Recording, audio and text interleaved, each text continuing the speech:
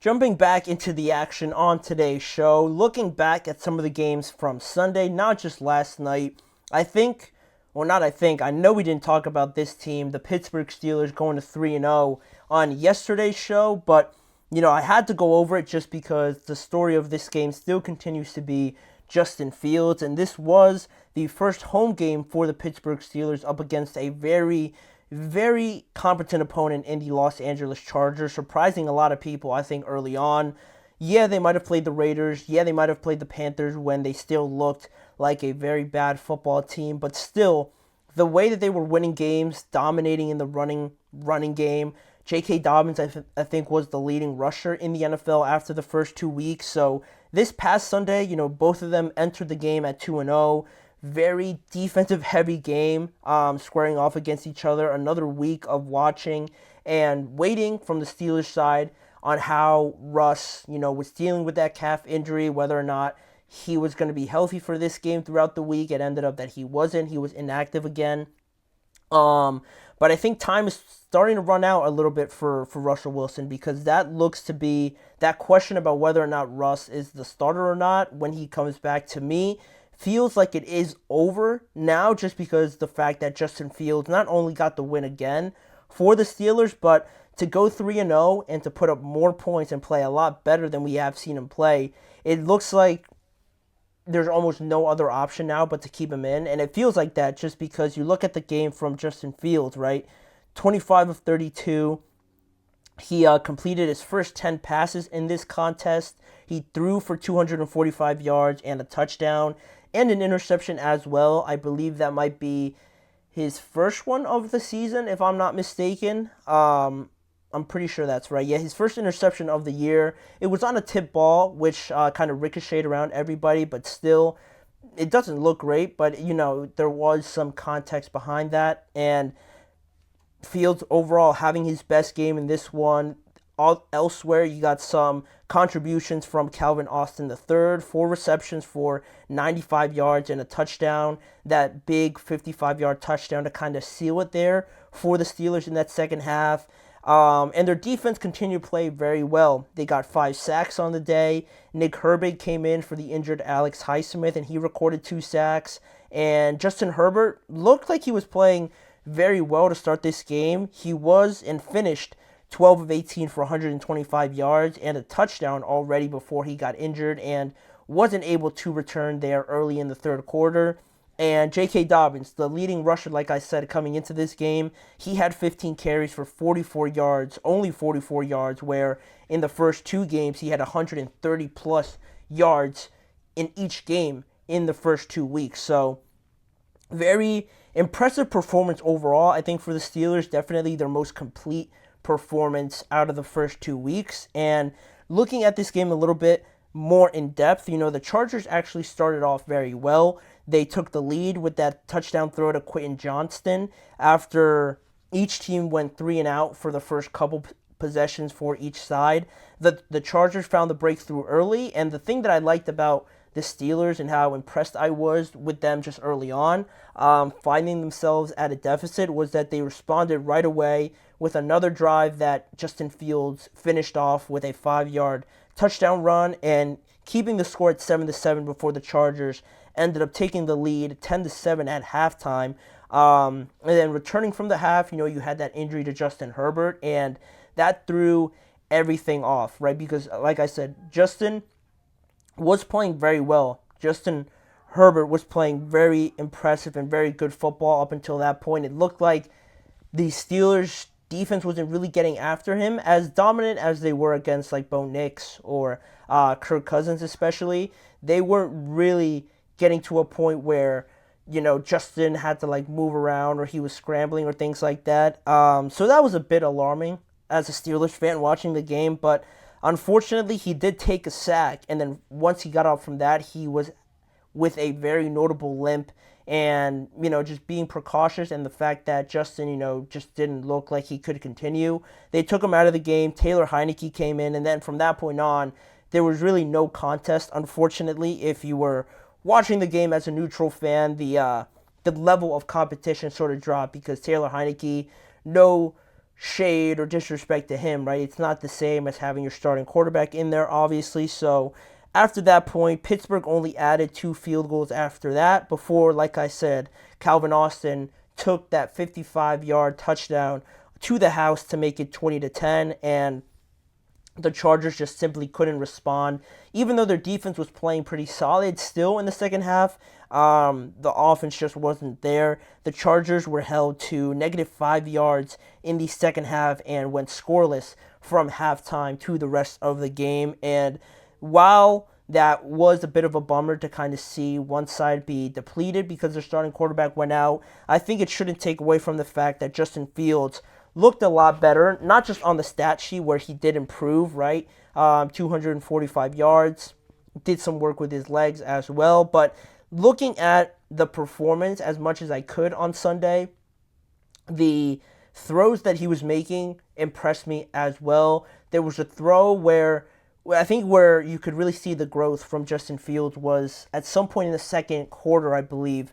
The ball was snapped and he was kind of sitting there in the pocket and it was starting to collapse on him, and rather than just putting his head down and running straight or trying to get through any sort of way to kind of gain some yardage, he rolled out to the left and still he had his head up, and instead of rolling out and just running, he was rolling out with the purpose of still buying himself more time to throw it down the field, and that's exactly what he did, finding George Pickens down the left sideline, gaining big yardage, and they almost finished it off with a field goal to make it 10-10 at halftime. But another missed opportunity was from Pat Freiermuth, where he dropped the ball that, again, Justin Fields fit into a very tight window up the seam, right where only Pat could get it, but unfortunately he dropped it and they couldn't get any points off of that. But the throws that he was making, that one on top of the one to Calvin Austin as well, he kind of timed it, kind of fitted through a couple of Chargers defenders, and Calvin Austin just did the rest from there. There was another throw to Calvin Austin down the seam that I was impressed with, the timing and the rhythm of everything. It feels like he's not rushing through everything anymore. It feels like, or I shouldn't say anymore, I should just say in this week's game, because he's not a finished product by any means, but it is certainly encouraging to see him kind of settle down, kind of know the offense, and not just run for the sake of running anymore. He's looking more comfortable, less frantic with the protection breaking down, and he even said it after the game by saying in an interview that he said, "I've grown a lot over the past year, the past few months, so I'm definitely feeling a lot more confident when I'm out on the field." And he also said he feels a sense of peace out on the field now versus when he was with the Chicago Bears. And that has to do with a lot of things, right? I just feel like the situation with the Steelers overall as an organization is better than it is in Chicago. And then you add on the coaching and the different offense now that he's working under with Arthur Smith, working off of the run rather than just being the entire show and having all that pressure on him. He's, as much as he did play well this past week against the Chargers, and I felt like he was the best player out there in my opinion, it's still a run-heavy team, so it's a run-first team, so I think that has helped him out tremendously, and just working on the smaller, finer details of being a quarterback, right? The footwork, they've worked a lot on that as well, his mechanics all throughout the offseason. You heard it everywhere, essentially, how Justin was a work in progress for them through the offseason, and then ideally through the regular season if Russ was healthy. But, of course, that didn't pan out like everybody expected, and now Justin Fields getting better each and every week. Now they have another road game, I want to say, against the Indianapolis Colts, who just got their first win. Mike Tomlin said today in his press conference that Justin is, or they're going to approach this week still the same way, with Justin expected to start against the Colts because nothing has really changed with Russell Wilson. So now it kind of leads me into that next part of it, rather about Russell Wilson and whether or not, like, what do we think about Russ? Where do we go now with Russ moving forward, right? Because this is still his job, it feels like, and Mike Tomlin refuses to kind of name Justin as the solidified starter right now, basically because he said today that there's just no need to, which is fair. If Russ is still hurt, there's no need to name Justin the starter anyway, because he is going to start anyway with Russ being hurt. But with that, it's kind of technically still up in the air, but to me, it just feels like if Justin goes out there again against the Colts on the road, especially, again, another good running team with not just the running back to worry about, but also Anthony Richardson being just as big a threat as any quarterback that there is in the NFL running. If the Steelers go out, do their thing on defense, and Justin plays to the level that he just played to, or maybe even better, then you got next week, week 5 against the Dallas Cowboys at home. You're going to tell me that Russ, if he's healthy, he's just going to start right away against the Dallas Cowboys at home after you went 4-0 with Justin Fields? I can't buy that story, because Russ, for as good as you might be, with his resume and who he is as a player and just the reputation he has, Justin, from just a coaching morale point of view, he's earned the right to start, and he's earned the right to kind of have the trust of everybody until he loses it, essentially, to me, at this point, because the Chargers were very good, very well coached, very tough on the defensive side of the ball, but eventually, with the loss of Herbert and, the Steelers kind of breaking them down towards the end of the game, I thought that was a good win. And now moving forward,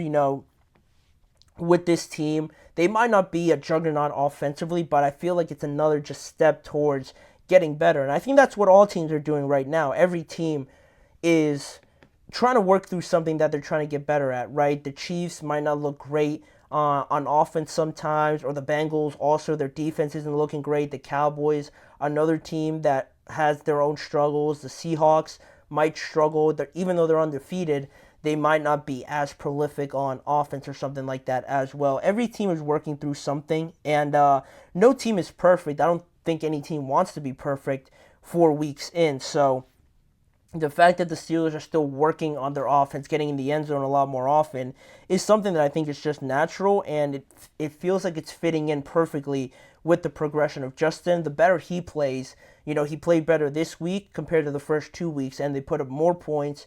He looked better, and just overall this offense just looked a lot more comfortable at home against a very good opponent. And, good teams, solid teams up until this point, beat teams that they're supposed to, and Pittsburgh's done that to the T.